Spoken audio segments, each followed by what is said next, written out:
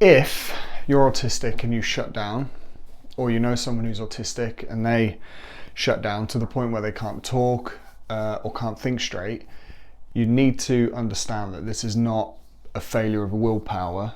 It is a biological safety response, and it's very real, and there is an explanation for it, and I'm going to explain exactly what happens.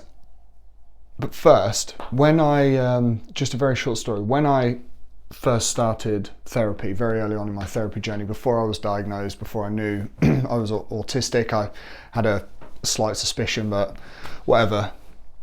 I was explaining to the therapist about when I get into a confrontation with my girlfriend, how I struggle to think, I struggle to talk, she's getting frustrated at me, and it just gets worse and worse, and all of this. And what I was explaining to him was basically a shutdown.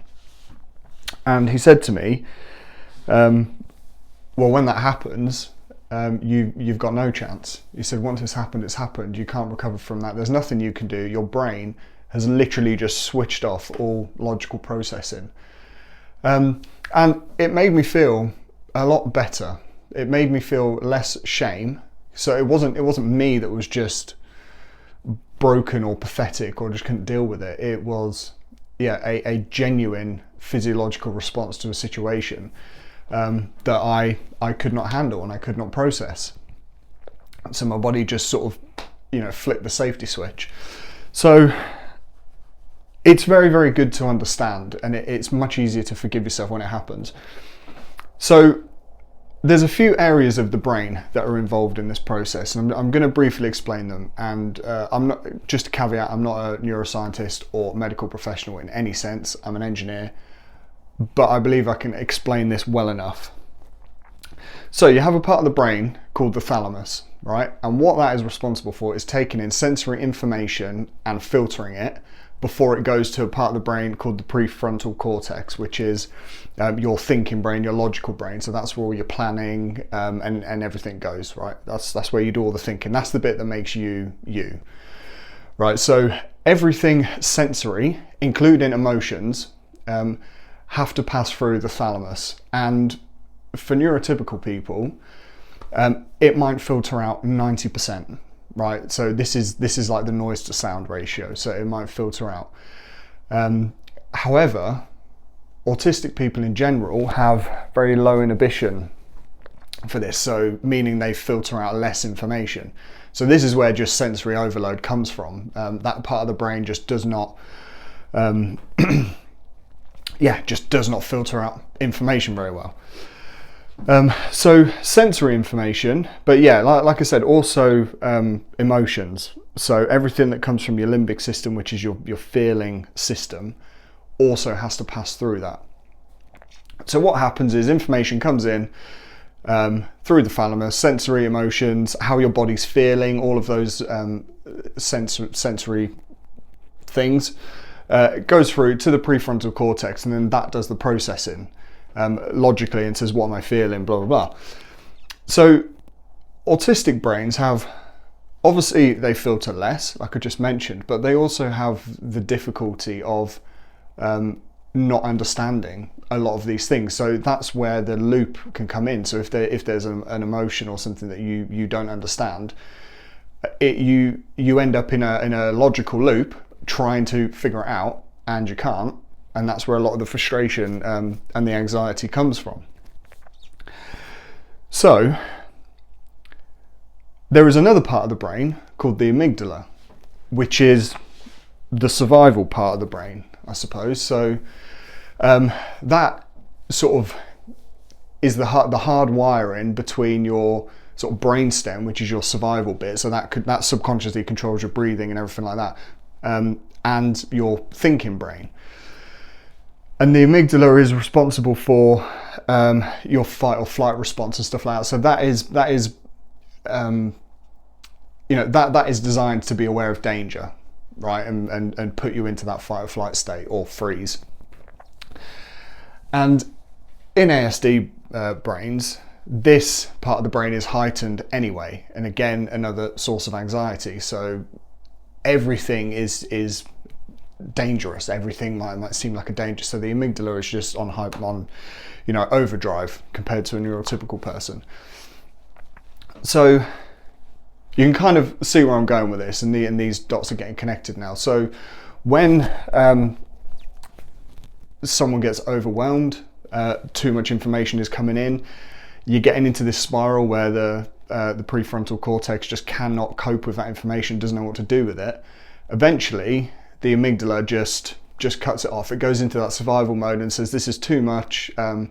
We're just going to have a complete meltdown, a massive explosion, or there's just going to be some horrible burnout if I don't stop this loop. So it just cuts off supply to the prefrontal cortex. And then you're just kind of stuck. You're just stuck in this state then where you're trying to recover. You're completely dissociated. And the prefrontal cortex is responsible for speaking as well. It's not just logical thinking, it's actual speech. And this is the big thing. Like when someone has a shutdown, it's the fact that they can't talk seems to be the biggest thing. And it's really frustrating. But you're sort of losing an uphill battle. You're better off just not even trying to talk, because it's just not going to happen, because the part of the brain that's responsible for it, you can't access effectively at that point. So I find it really, really helpful to know that. So that being said, when a shutdown happens, you've got the initial sort of build up. So this is where the thalamus is just being flooded with information. And I do want to point out as well that this build-up can last a long time. So this can be anxiety build-up over a long time, and an autistic brain is not very good at understanding its own body, right? And so this is where symptoms like you don't realise that you're hungry and things like that. That's where it all comes from. It's just not very good at understanding what's going on inside your body. So you can have a build-up of feelings and triggers and not really recognize them. And then this is where the situation arises where one thing can happen. You can feel defensive about it, maybe. That happens a lot in my case. I'll do something. I might upset my girlfriend, and then she'll sort of tell me I've upset her, and then I get defensive about that. And all of a sudden, that's it. Like I'm shutting down. And it can be extremely frustrating because the trigger was very, very minor, but the build-up has probably been, it could have been going on for a week. There could have just been something that's going on, some anxiety that I'm not recognizing, I'm not dealing with. So it can build up, and the trigger can be very small. So yeah, and during this stage as well, you get a lot of cortisol, which is the stress hormone, and a lot of adrenaline flooding around your body as well, which puts you more into that fight or flight state, and it just starts to become very stressful, very overwhelming, and that you sense that there is difficulty. And I generally tend to know when I'm going to shut down, and it's not to say I can stop it, but I can feel it. I can feel the difference between taking criticism badly or getting defensive over something that will lead to a shutdown if I continue having that conversation. So you sort of feel that coming. And then when the shutdown happens, this is just, it's a horrible experience. It's a horrible experience for everyone involved. And it's not a quick thing as well. So when the shutdown starts to happen, for me, I lose all ability to focus. And I say for me, I think, these are symptoms of your prefrontal cortex being cut off. So I imagine everyone feels this to an extent. So completely lose the ability to focus, lose the ability to talk because I can't focus, and my memory just, it's just, you may as well be talking to a brick wall. And then, you get that kind of brain fog, and I think I kind of know what I want to respond to, but I can't remember what was said 20 seconds ago in the conversation. Like literally, it's that bad. And you it's very frustrating, and you there's just a lot of self-hatred there, because you're thinking, why can't I talk about this? Why can't I deal with this situation? What is going on? What is wrong with me? And because of that, eye contact becomes extremely difficult as well. So, you know, being shut down, I could just be looking at the side of the wall, and I don't want to look at the person who's trying to talk to me. It's just, and that's all I can think about, is the fact that I can't look at them and I can't speak, and they can talk to me all they want, and it just doesn't go in, and it doesn't get retained. So there's just this like complete disconnect, complete disassociation, absolute numbness. And the reason this has happened is because your body has done the right thing for what it needs. It's a safety protocol that's just stopped an absolute explosion or a complete burnout. And when you think of it that way, it makes it a little bit easier to accept. It's still not great, but you know, you're thinking, oh, all right, yeah. But you need it. You need that, and you need to go through it. And you need the right support around you to deal with it. And this is something that I've learned the hard way. I've always been autistic, not known it, had a problem with alcohol, drunk a lot, had a lot of shutdowns, didn't know how to cope properly in relationships, and I just had no idea what I was doing, and I did not have the right response, the right support, and it just made everything worse. So you do need to, that is a big factor in it, and that's something I want to talk about in a future video as well.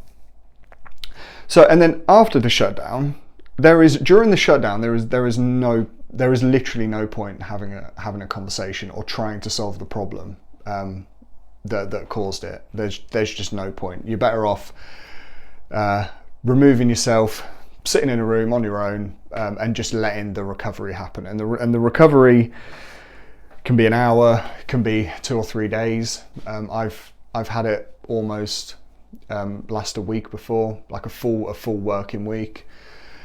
And it's tough because I've spent my entire life masking. When I'm going through a shutdown or the recovery from a shutdown, I can mask and go to work as normal and completely block out all of that. And then when I come home from work, taking an example of me having a dispute with my girlfriend, when I come home from work, it's almost like I just fall straight back into this post shutdown depression. And it's really horrible. But so during the recovery, there is a lot of depression. I mean, the body is physically depressed, so the mind state, the mindset follows the body's state. So there's a feeling of depression. There's if you don't know what's happening, there can be a lot of confusion as to why you can't talk, or why did that trigger me. Why did that happen? So there's a lot of confusion, but also a lot of self-loathing, a lot of self-hatred, really, really negative, really negative. And it's hard to, you can't, in my experience, you can't just talk yourself out of it. It doesn't work like that. It needs to be something that you just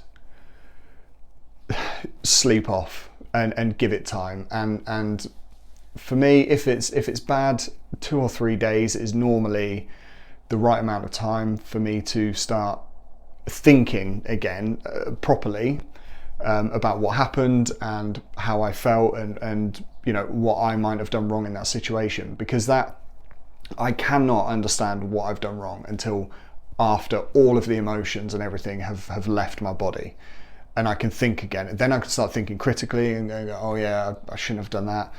But what's really hard is that the memory is still not there. So this is where the support comes in. You need someone who can be willing to have a conversation with you afterwards when you're ready. And and so another thing, when you're going through the shutdown, all of the cortisol and adrenaline that flood your body, that can take a long time to flush out as well. So this is where a lot of the depressed feelings come from. You've got all of that cortisol in your body, which is the stress hormone, and it makes you feel stressed, and it makes you feel run down and depressed. So all of that is still being flushed through. So you just need to rest. It's like a really bad hangover, but rather than just feeling physically ill, you just feel mentally drained and exhausted. So I find it very comforting to know that when I have a shutdown, I do not need to fight it, and I do not need to be ashamed. I know that this is a response that my body is employing because it's necessary, and I find that really helpful to remember. And yeah, I think the more people that understand this and stop sort of putting shame on it, the better. And I guess, in a sense, it could happen to anyone, right? It just so happens that the way that autistic brains are wired, shutdowns are just they're just more common. The stimulus that's required to make it happen is just lower than a neurotypical brain. So anyway, that will do for today. Thank you for listening, if you are still listening. And let me know if you want me to talk about this anymore. I do plan to talk about what you can do as a partner, or a friend, family member who has someone in their life who's autistic, who shuts down. What you can actually do to help them, because it can be really hard to communicate. And the only reason I know this now is because I spent 2 years going to therapy, learning about this, researching it, reading it, understanding it, so that I can then relay it to my partner when there's not when there isn't loads of emotions there. But when you're in it, you cannot communicate this. You cannot talk about it. You probably don't even understand it. It takes a lot of work to really understand it. So I want to get this information out there, particularly for the people that maybe don't understand it themselves or can't communicate it. So anyway, that is enough. Why am I still talking? Thank you.